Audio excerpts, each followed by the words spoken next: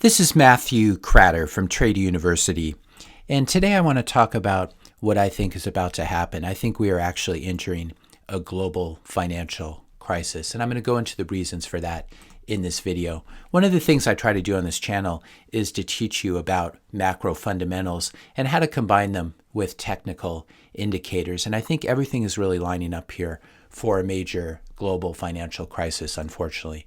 People have been asking me about the death cross that just happened in the NASDAQ. We'll first look here at the S&P. This is SPY. The blue line is the 50-day moving average, and the red line is the 200-day moving average. You get a death cross when the blue line crosses below the red line. I think we're definitely headed for that in the S&P 500. And more interestingly, we actually have gotten the death cross a couple days ago in the NASDAQ. And this really does reverse a multi-year trend that goes back to 2020. We've been in a very smooth upward bull market caused by all the Fed money printing. And it looks like that is reversing now. And we're entering a very volatile new regime. We can see how choppy the market has been. For example, I think it was last Friday, a week ago, when we gapped down in the NASDAQ and then rallied back up, and it looks like now we're selling back off again. We haven't seen the death cross in the Dow, but it's about to happen in DIA, and then the small caps, the Russell 2000.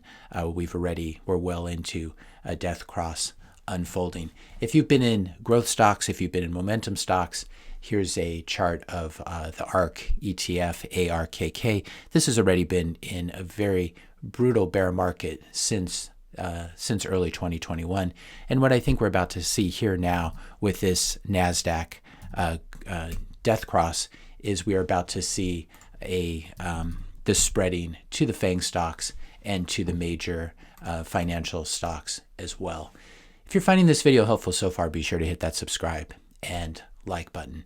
So as I said, we're seeing a regime change here, as in a financial market regime change, where we go from a smooth uptrend to higher volatility and to choppiness.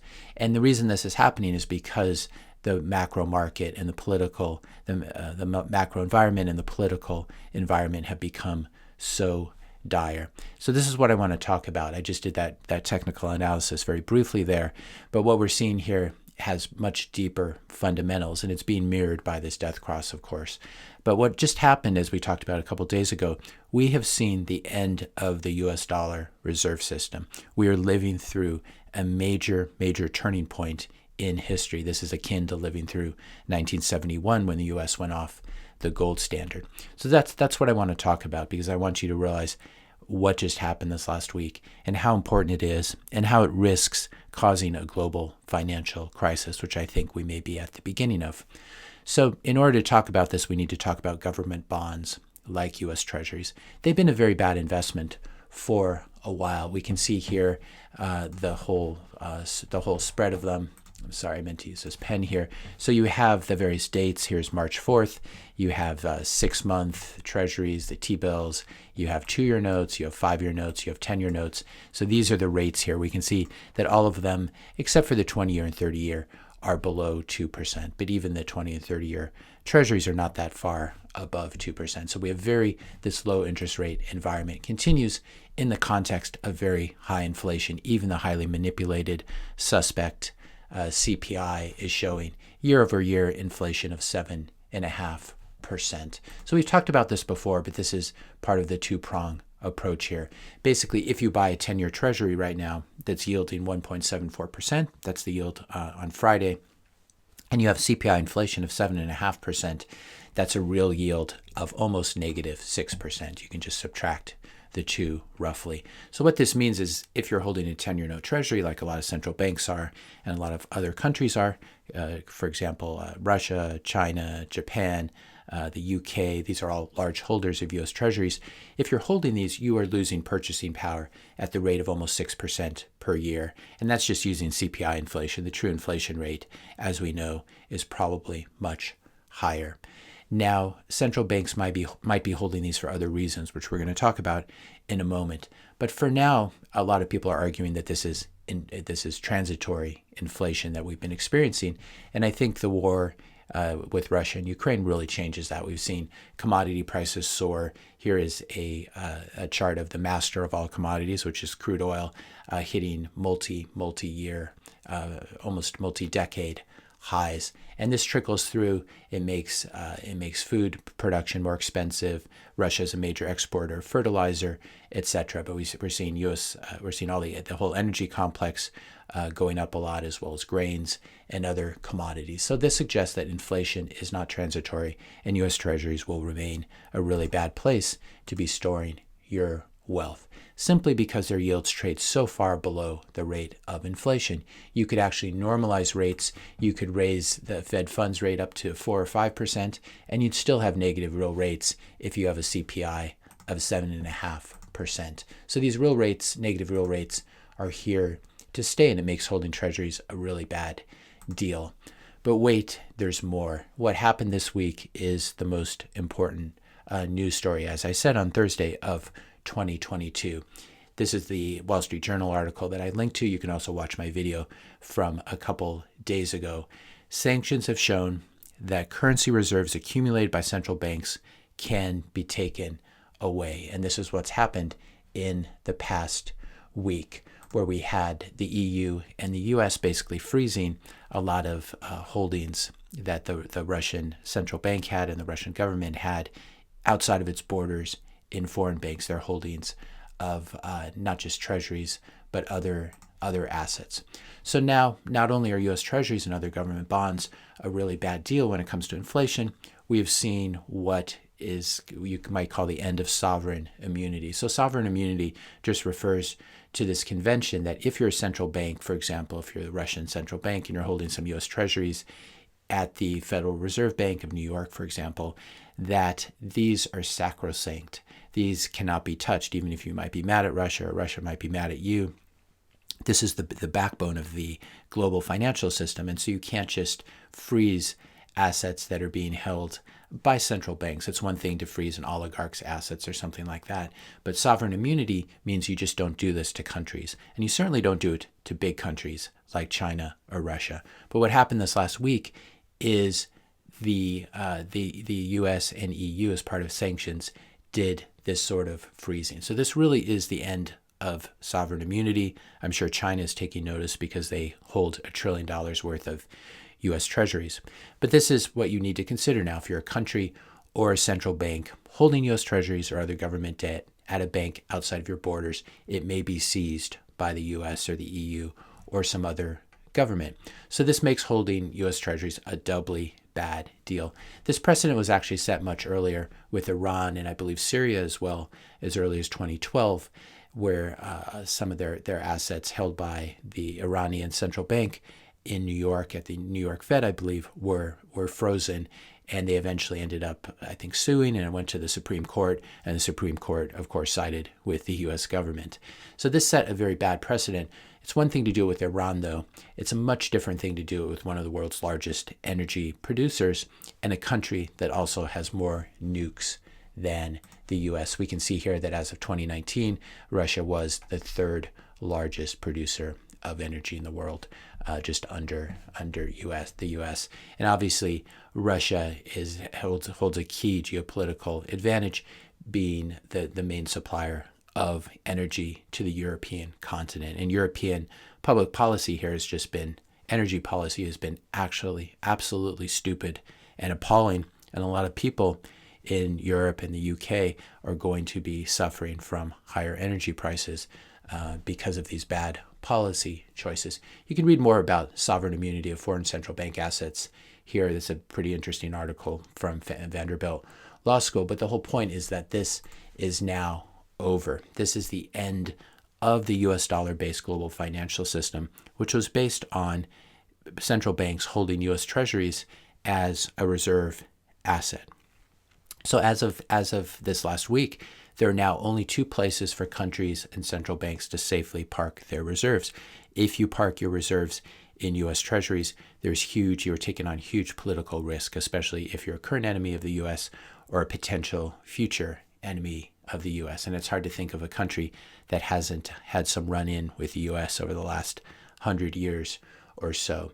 And so what this means is that there's no US Treasuries are no longer neutral money. That's what the Wall Street Journal article was alluding to by saying if Russian currency reserves aren't really money, the world is in for a shock. There are now only two neutral places for central banks to store their reserve assets, and that's gold, physical gold that you hold within your borders, not that you hold in the vaults in New York if you're a Russian or a European or an Iranian or something like this, because it's not safe. It has to be physical gold, not your keys, not your coins, as they say. And the only other neutral form of money is, of course, Bitcoin. These are the only two central bank reserve assets that make any sense now. Holding U.S. Treasuries and other government bonds just became not just a bad investment because of the loss of purchasing power that you experience when holding them, but also a major national security risk. Russia had all these FX reserves. It had done a really good job of preparing and strengthening itself as a fortress, and that was all destroyed overnight by these actions. And I'm not saying the U.S. and Europe did the wrong thing here. I'm not trying to stay fairly neutral in this political conflict. But what I will say is what I'm observing here is just what this means for the global financial system. There is a global monetary reset happening now. This is what it looks like. This is what it looks like when you basically cancel the major global reserve asset and show how fragile it is. This is going to cause violent market dislocations, apart from the war possibly spreading in Europe as different countries get involved. And of course, there's always the threat of nukes hanging over everything. But I think there's a very good chance, because of the decision that the U.S. and the EU made here, there's a very good chance that we are about to have full-blown financial contagion and possibly a stock market crash as well. And I think that's what the death cross is telling us that we talked about at the beginning of this video. If you've been trading and investing for a while, as I have, you remember very well what the Russian default crisis looked like in 1998. We had a crisis in Asia, and then we had a crisis in Russia, and it almost blew up the world's financial markets through the agency and through the vehicle of long-term capital management, which was a highly levered hedge fund. That was just one hedge fund, and it had massive positions, and it had sort of an insider position with the Fed and Wall Street. But even with all of that, the Fed needed to step in and basically calm the global markets. And this was very different. The U.S. was in a much stronger financial position back then. The debt to GDP levels were much lower. But even in very good, stable times like 1998, when Russia caught a cold, or when Russia sneezed, the whole world caught a cold. And I think we're very much at risk of seeing this sort of financial contagion happen right now. The global economic system is highly levered, and it's highly fragile. It's not an anti-fragile system as a financial system built on a Bitcoin standard would be. So I think there's a very real risk here that we're in for an awful couple of months. And we don't just see the horrible reality of war and the victims, who are mostly just common people in the Ukraine and in Russia, just regular people who don't really have a dog in this fight and are suffering. But I think we're about to see this hit the financial markets as well. And in the face of all this, what I can't understand is why the Fed is so hawkish and remains so hawkish. We're seeing soaring commodity prices, crude oil, wheat, corn. We're seeing the real risk of an expanding ground war in Europe. And then we have the Fed hawkish going into this. If you want to read about the Russian crisis back in the late 90s, I'll link to, I don't normally like linking to the IMF, but here is an interesting paper that talks about global financial contagion and Russia. I will say it again, the Fed is making a huge policy error by being so hawkish here.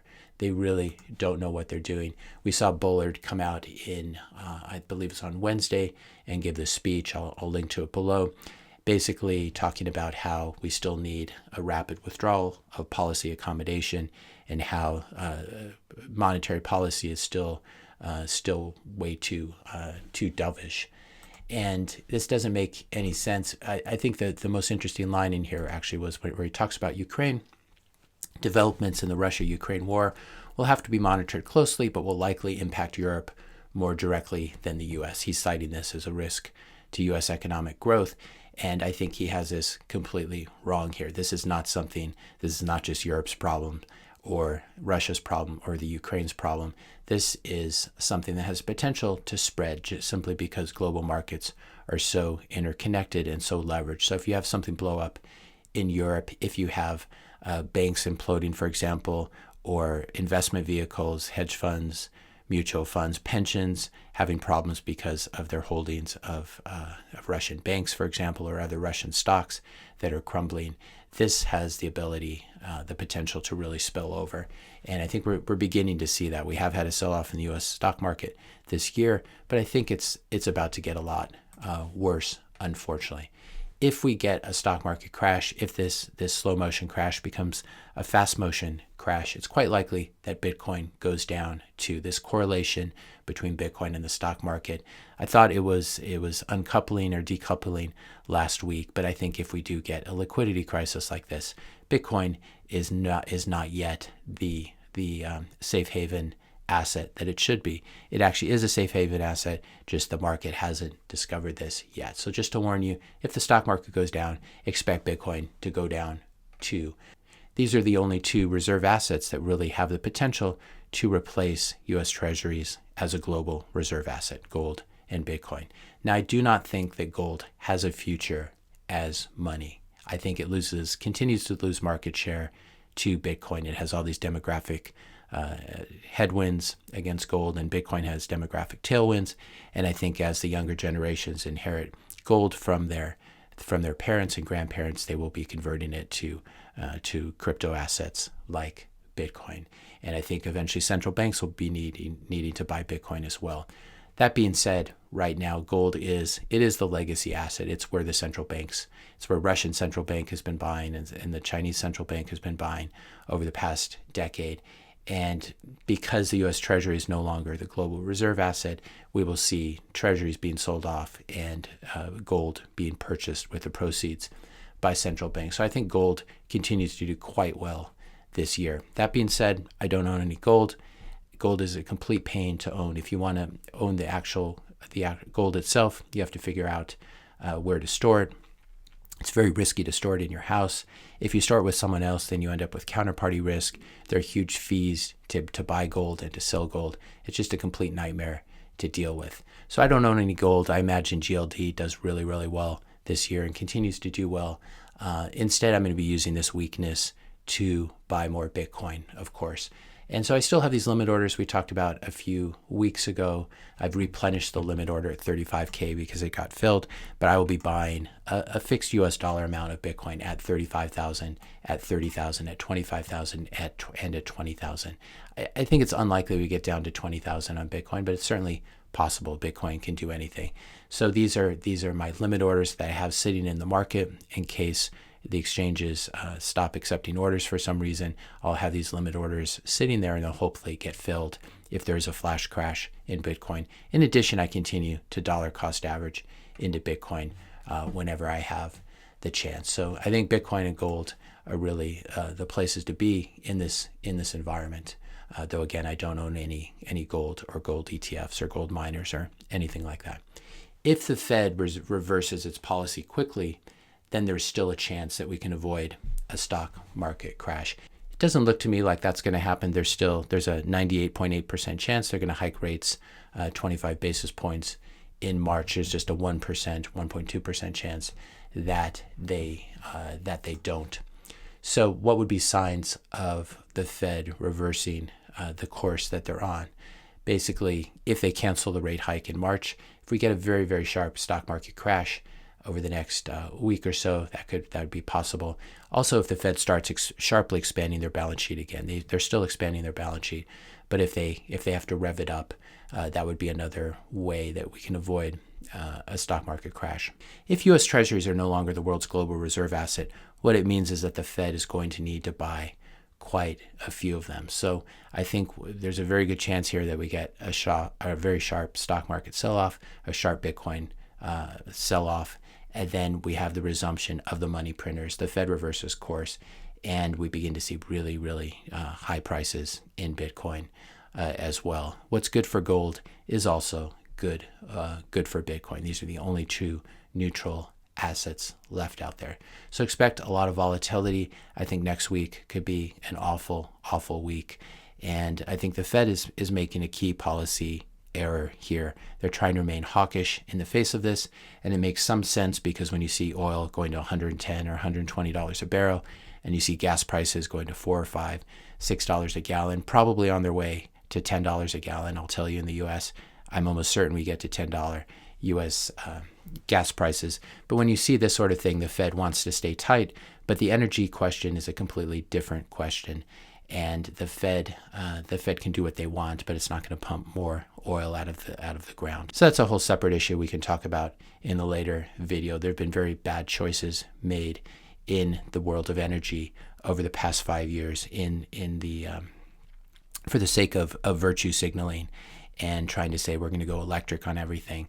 And the reality remains that Europe uses fossil fuels to stay warm during the winter, and fossil fuels are still used everywhere. And so this really isn't a problem for the Fed. We're going to have a weird situation where the Fed's going to need to keep growing their balance sheet in the face of rising energy prices. And this has the potential to create an energy super spike as well, unfortunately. So stay safe out there. I'm not suggesting any long-term portfolio allocations here. None of this is financial investment advice, but just be prepared for some extreme volatility in the coming weeks.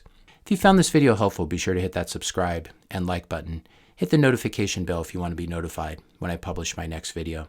And let me know your questions and comments in the comment section below. Thanks a lot for watching, and I'll see you in the next video.